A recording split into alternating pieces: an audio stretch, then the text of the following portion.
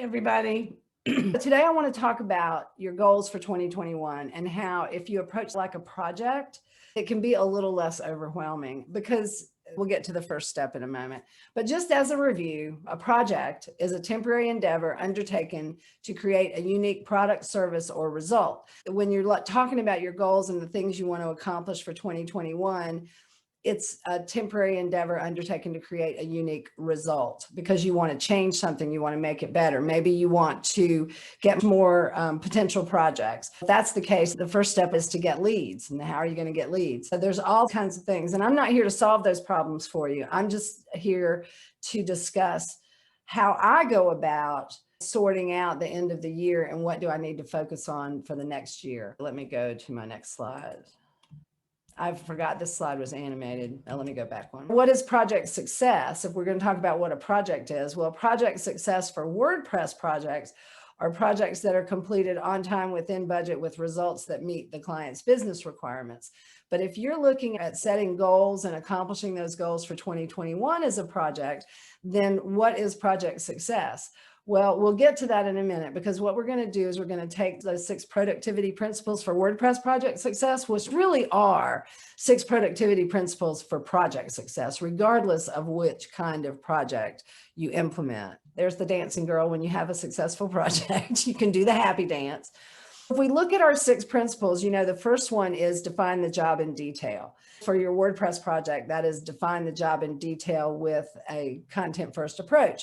But if our goals for 2021 is our project, trying to figure out what our goals should actually be, because if you're anything like me, you've got a laundry list this long of all the things you want to do. Which things should you do? Which things should you concentrate on first? My advice is to do a brain dump of everything that I want to improve or change in my business, or my goals. Like maybe your goal is that you want to double your revenue this year or increase it by 25%. That's a goal. But then let's also say that your projects are running over budget. You're a victim of scope creep.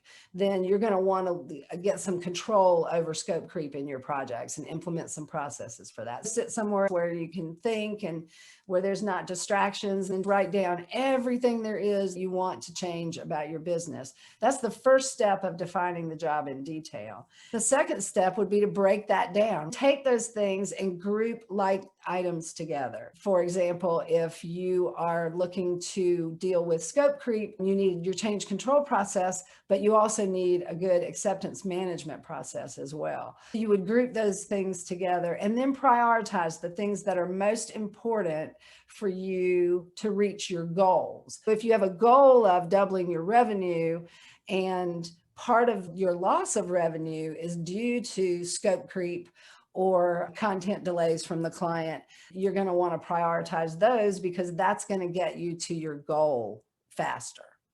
I'm talking about all of this in terms of process improvement and project management. There's a whole lot more that might have nothing, well, everything has something to do with project management, but it might, what am I trying to say here? There's a lot more, like getting leads. That's not really part of project management. Of course, you can't manage projects if you don't have any. So you need to get those leads and you need to have some processes in place for finding leads, but that might not be 100% related to project management.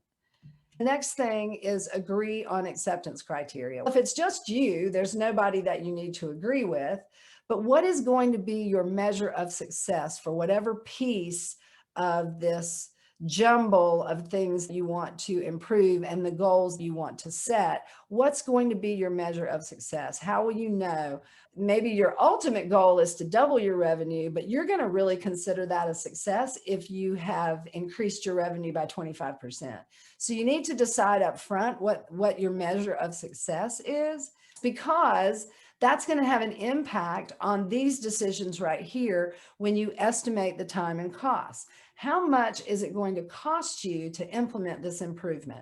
For example, let's say that you know nothing about SEO, but you want to start offering SEO services. You're going to have to probably take a course or at least spend a good amount of time studying SEO. What's the potential return on investment of that improvement or new skill that you're going to learn. I think sometimes we think, well, everybody else is doing this, so I need to go do this. I need to offer SEO services, or I need to offer sales funnels to my client. And maybe you know nothing about that. Well, then that's part of estimating the time and cost. How much is it going to cost you to implement that improvement? And what is that potential return on investment? Because just like Michael was talking about the other day, when you're looking at Google's Core Web Vitals and which things do you concentrate on to either fix, or when you're building a new website, how far do you go with that? Because you could go so far that you're just kind of spinning your wheels and spending so much time on this, but it's not really giving you a payoff. It's really important to figure out what the payoff is going to be. And of course, get the right resources involved. Using my SEO example, if you have decided you need to add more services to your portfolio and you want one of those to be SEO, you're going to go find a subject matter expert in that area and learn whatever it is you need to learn about that. And when it comes to project management, if you know that you really need to improve some things about your project management, whether that's scope creep, content collection delays, those are the two biggest ones. But there's a lot more you can do with project management to set yourself apart from the competition, to let your client know you're a consummate professional, you know what you're doing, you know all the risks involved with getting websites built, but you've got processes in place to control and manage those things. The last one is establish a change procedure of our 6 principles. In this case, since this is an internal project and you're deciding which piece of all of the things you want to improve, then establish a change procedure. If you're looking to improve your project management skills and you're not sure where to start, there are 10 essential processes you need to have in place in your agency. You don't need all of these necessarily on day one. I'm going to go over these briefly. So, essential project management process. The first one is a 2-step proposal process. And it doesn't really need to be a 2-step proposal process exactly how I've laid it out. But the point behind that particular process is you get paid for the discovery. Whether you position that as a separate project or you position that as phase 1 of your continuing project you intend to finish for your client, it doesn't really matter which form it takes. It's just important to have a process in place by which you get paid for that discovery. Then requirements definition, that's the discovery. How are you going to go about doing that? There should be a process in place for that. 3 and 4 is issues and risk management. For those who may not know, an issue is something that comes up you thought might happen, but most of the time it's something that just comes up that you have to deal with.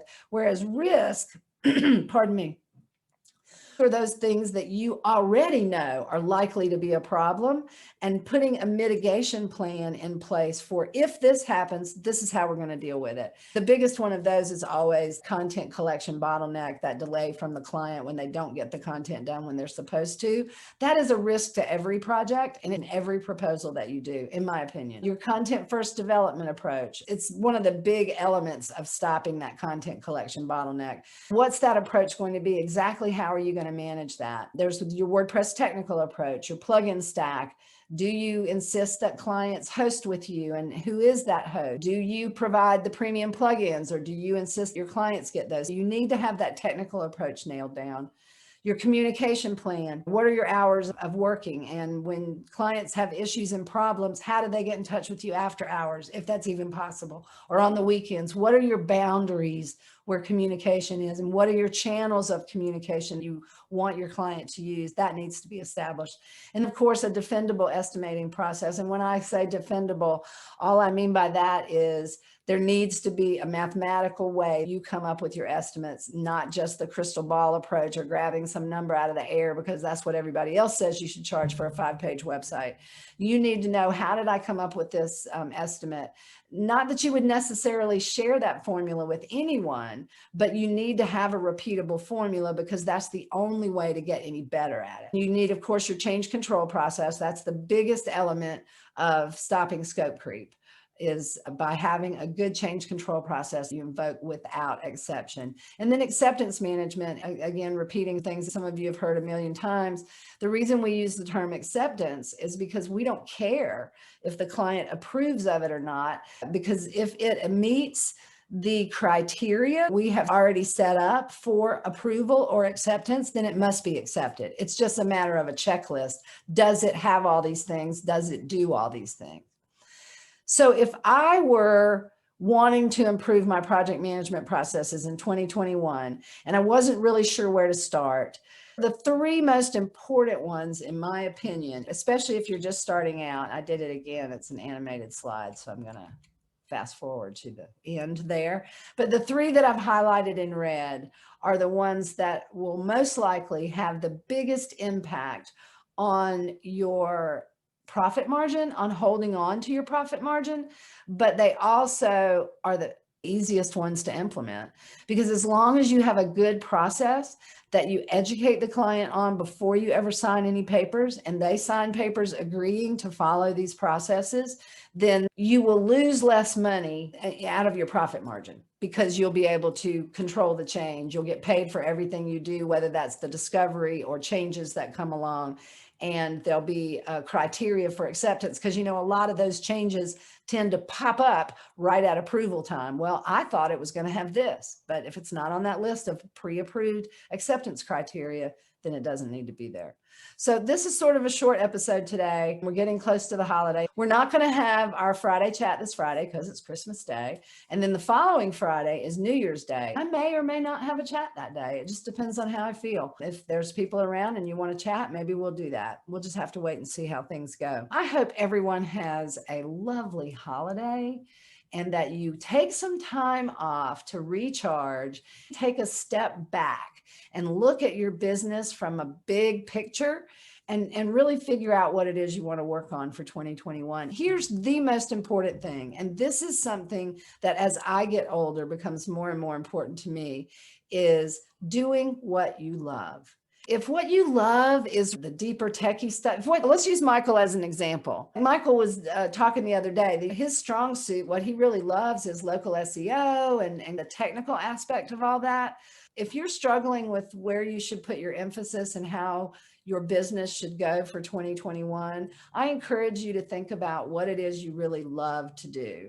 And if there are pieces of what you have to do, you don't really love to do, don't forget, you can get help. You can find people who excel in those areas and hire them in or collaborate with them. You'll do something for them, they'll do something for you. 2021, focus on what you want to do. Take some recharge time, step back, look at the big picture, and try to narrow things down. Don't try to do it all. Pick a few things that you know you can be successful at early in the year. That will also give you some motivation to continue on through the rest of the year. We call this continuous improvement, and it's really something that should be an ongoing process you do at a regular basis throughout the year, but it's even more important at the beginning of the year. Thanks, everybody. Happy holidays, Merry Christmas, Happy Hanukkah, all of Kwanzaa, all of the different holidays. See you soon. Oh, stay strong, stay productive, and never stop learning. Bye, guys.